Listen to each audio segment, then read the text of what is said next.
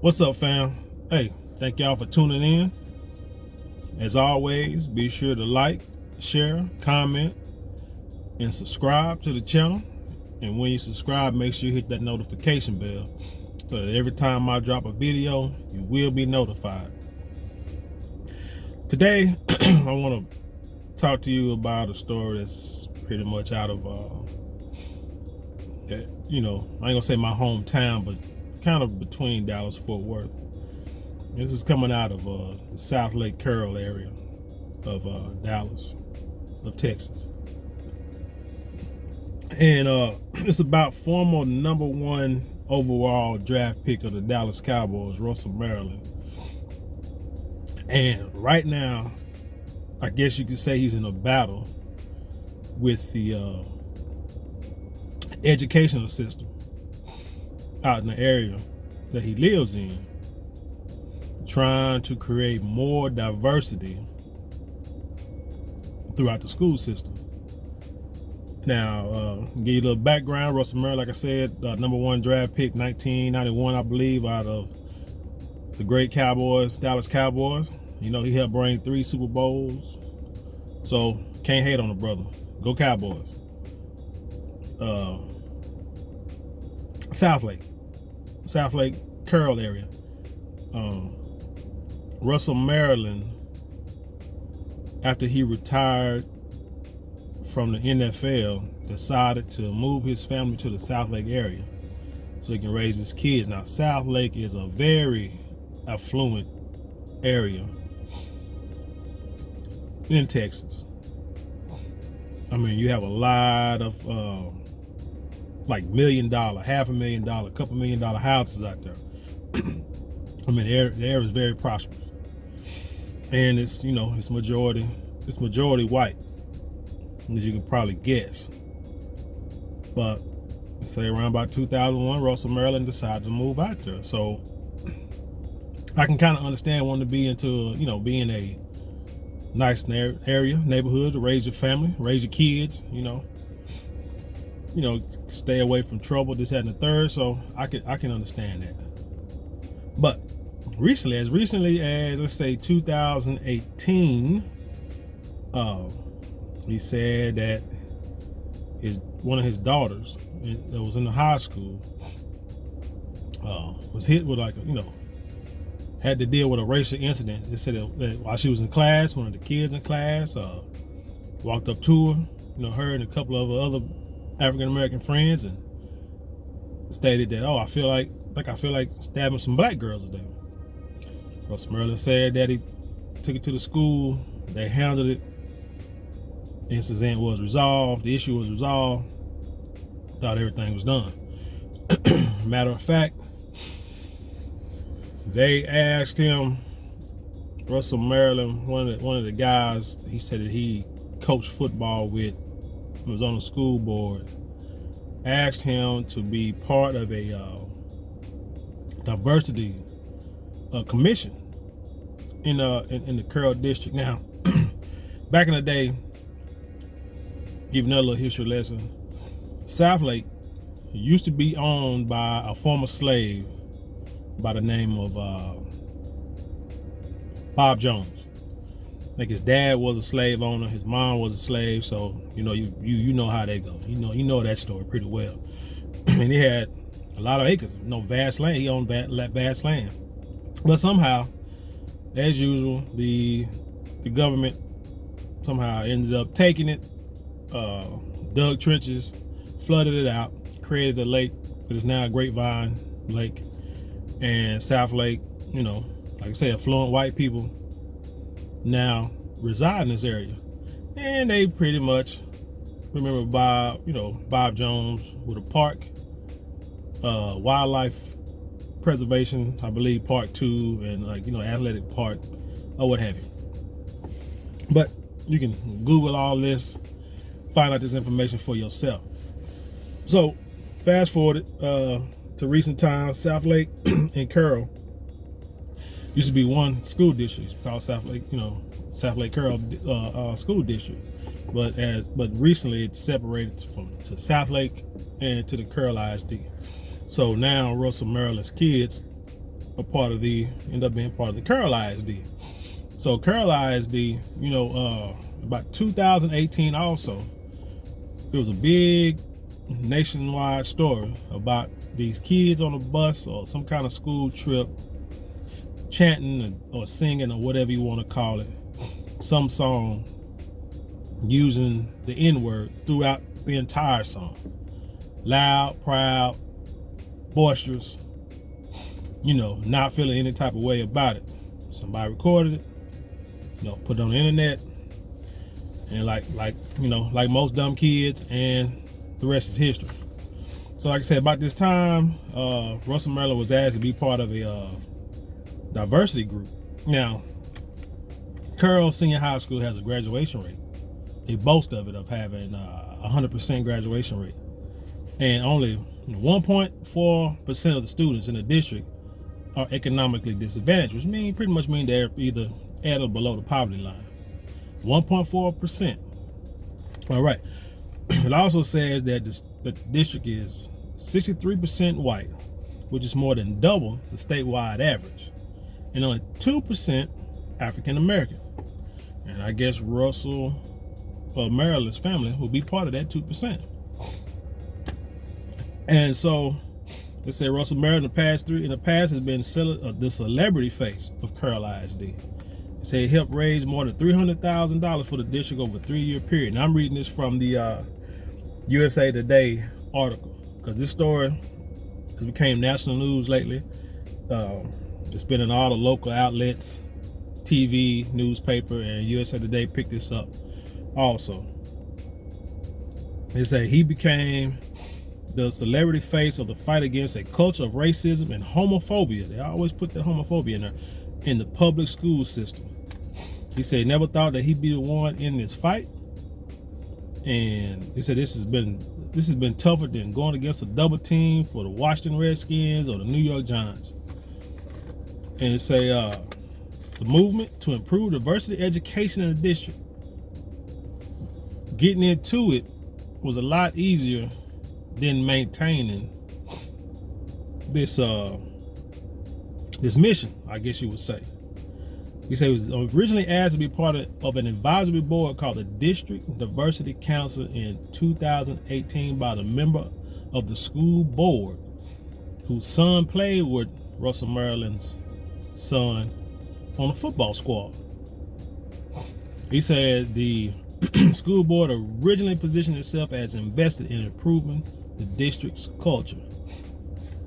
Russell Maryland was quoted as saying he made a heartfelt plea, so I thought at the time.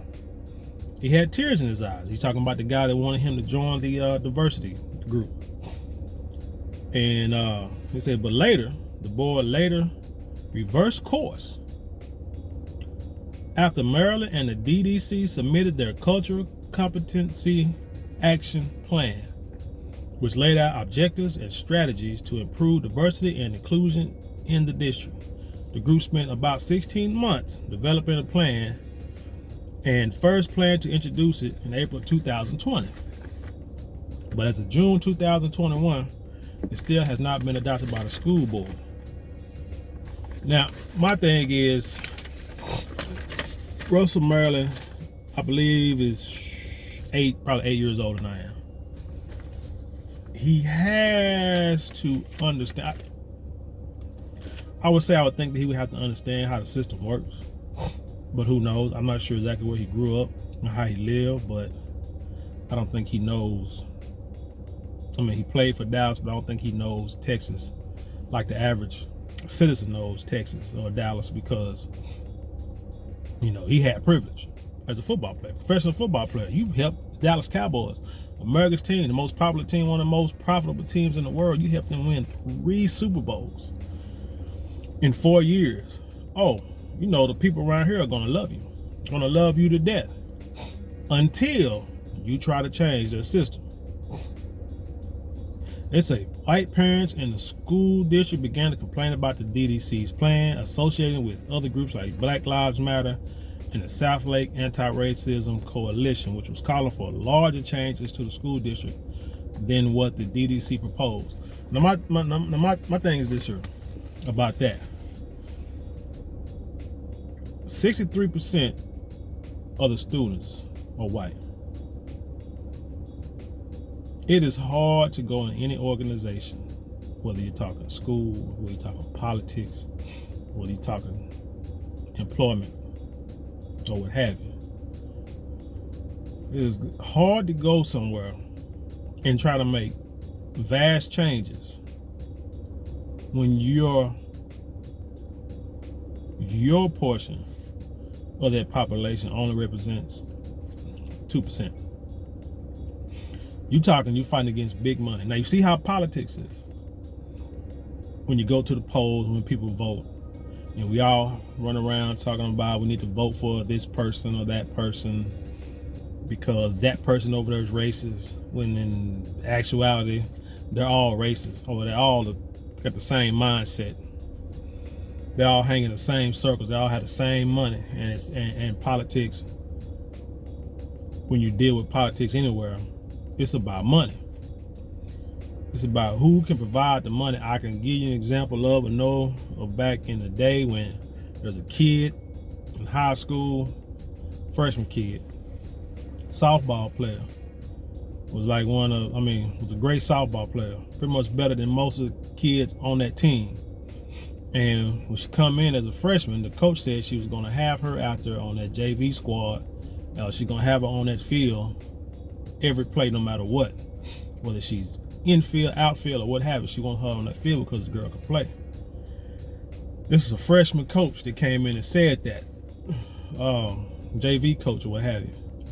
By the time that season started, what that coach wanted to happen didn't happen because politics played a bigger role, because the person that placed the position she was going to take was like a junior still on the JV team. Now from where I'm from, if you're a junior still playing JV ball, unless you this is your first year, I can understand, but if you done played a sport all freaking ever since you've been in high school, by the time you're a junior, if you ain't on the varsity squad, you might well just hang it up. But we're talking like juniors and seniors still on the JV squad. And there was no way in the world that this freshman was going to come in and take this. Now, the freshman, she was an Aboriginal American. There's no way she was going to take this, this white girl spot. No way. Although she was better than her. But the white girl dad had money. The white girl dad gave to, alumni and all that kind of stuff. So, Booster Club had big money. So that was not going to happen. So these are the things that I'm sure, I don't know, maybe Russell Maryland hadn't seen because, he got money. He helped raise $300,000 for a school district. He had, he held some sort of power. But again, once you try to change the system, all that goes out the window. It said the CCAP was not the first time that white parents in the Carroll ISD mobilized against minority inclusion. Maryland said that when Barack Obama was elected president in 2008, there was a movement against having his inauguration speech played in a school, even though inauguration speeches for other past presidents have been played. That right there, Brother Maryland, should have showed you exactly what you were dealing with, what you're going to be dealing with. Because I know of places in Oklahoma, all over, where I heard stories of where when Barack got elected, it wasn't front page news, and it was not a headline story in a lot of these jobs. They just were not trying to see it. So this is like, no, I'm not surprised, but I guess his brother was. Okay, to continue, as backlash continues statewide and national groups got involved, the chairman of the Texas GOP publicly opposed the plan, and members of other conservative organizations, including the Tea Party, the anti-LGBTQ plus group, South Lake Families, and a former spokesperson of the NRA, also campaigned against the DDC. You also don't forget now, just recently, Governor Greg Abbott passed his bill. I think it's called like the Patriotic Education Act, trying to go against the whole 1619 Project education and the the critical race theory education, which I don't know what a theory is. It's either racist or it's not. It's not a theory because things actually happen. But we'll go with that later. And then it said, Maryland said, although the broader political backlash is frustrating, he has been deeply hurt and surprised by the negative response to the plan from his friends and community members. Now, I don't understand why I guess I don't understand why he feel like he's hurt, because these people, they don't care. Like I say, it's about what you can do for them and how you can make their community better and how you can benefit them. But like I say, once you try to change the narrative, that becomes a problem. He said, I quote, I'm most disappointed when people choose to stay quiet and not advocate for my kids as I've advocated for theirs over 2 decades of my family being here. He said, I had a guy who I considered a friend, a good friend who I coached with, go before the school board to say this was a non-existent problem. And see, that's the thing about white supremacists. Not all white people. It's white supremacists. They'll tell you that there's no such thing as racism. Slavery was years ago, was a long time ago. None of their people are slaves, and none of them are benefiting from slavery, which is a flat out lie. Again, like I said, Southlake, the city of Southlake, prosperous, used to be owned by former slaves. And this is not the only story in the country where you'll find that a lot of black people's lands were taken. Either most of the time a lake was built, or it was just taken, destroyed, and the system took it. Like the story I did about the neighborhood in Denton, where the white people there claimed that they was afraid that all the black people was gonna come over there and pretty much take advantage of the lily white, girls that went to the TWU school at the time. So they want to take that land and build a park, which is mainly what they do. They build parks. It's crazy. I don't really understand that, but that's what they do. It's like they don't think that they'll claim that there's no such thing as racism when you know for a fact, you can see it every day. No, you may not own slaves, but you are benefiting from the devilment that went on hundreds of years ago. And not even that, even last week, you still have racism going on. You still have people trying to keep black people from having things. I mean, just because you sit over here in your bubble and you're not participating in it, doesn't mean that you're not participating in it. Because you are, because you're either part of the problem or you're part of the solution. And you're not trying to solve anything. So you got to be part of the problem. It says, currently the status of the Cultural Competence Act plan remains undetermined. When the DDC finally introduced the plan formally in August of last year, 2020, the school board voted to receive it rather than to approve of it. So the council is stuck in a waiting game. This is kind of like that George Floyd Police Act. They talked big talk about that, like they was going to do something to reform the police. And as soon as the George Chauvin verdict came down, and he got a couple of years, pretty much is what you want to call it, they said, the politicians said that, we're finna go on vacation. We'll take it back up when we get back. It's like, it is what it is. Like, it's like whatever. And that's pretty much how they do. And you say that's on a national level. This is a local level. Same thing. But I want Brother Maryland to understand, they did not create this council to actually make change. They created this council because they was really concerned about these issues. Because I'm quite sure 2018 was not the first time that they had a problem with racism. I'm quite sure they've had it since the beginning for a long time. They created this council and wanted you to be the face of it because they wanted the public scrutiny to go away. Period. They're not going to change anything because they like it the way it is. When you try to change the system, people get scared because they feel you're going to take something away from them. Do I blame these white supremacists for thinking like this? No, because that's who they are. They got where they at. They got what they want. They're not even going to allow you to have a crumb. So my suggestion to Brother Maryland is to focus your efforts and finances in other communities. Now, I saw that he went on the record to say all it takes is one. It takes one person to make a change. And you're absolutely right. It starts with one, and it'll build. But you also got to think, what if you do this in areas that are more receptive to your cause? Like I said before, I can't knock you for wanting to move to a nice neighborhood.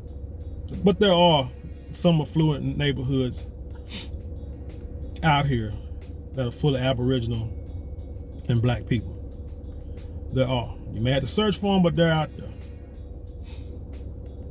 And they would have welcomed you into the fold. Would have been no problems. You could have helped grow that community, help it spread, and created a whole community, probably a whole town full of your people. But thinking that you're going to change white supremacist mindset, to me, shows a bit of ignorance, because they will not change. We've seen it for hundreds of years. We're going to continue to see it. So what you have to do is build your own.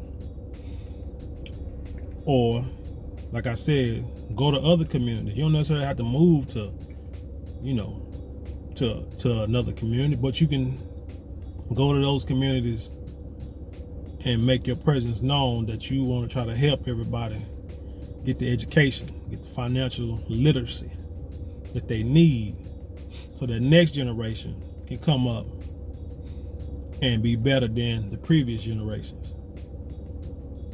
But that's all I want to say about this.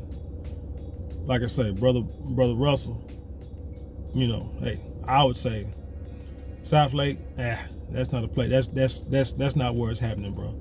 I would say find somewhere else to do it. Find somewhere. You got plenty of neighborhoods. You live what's that? South Lake, so you live close to, like I say, some black neighborhoods. I know in Grapevine, Louisville, Carrollton, Irvin. Let me see, that's where you kind of close to. All those areas got Aboriginal and black neighborhoods. Go there. Trust me, they'll be receptive. Then, like I said, because you already seeing how your friends are treating you right now. Go try to help out some black people. Really help some black people and see what happens. And you'll see who your true friends are.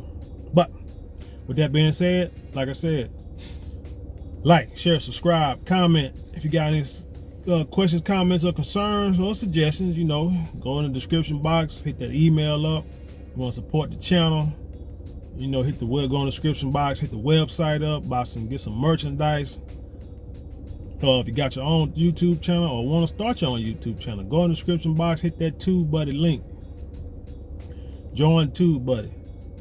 Trust me, it's a great tool to help your channel grow quicker and smoother than if you're out there trying to do it on your own. And with that being said, until next time, fam, peace.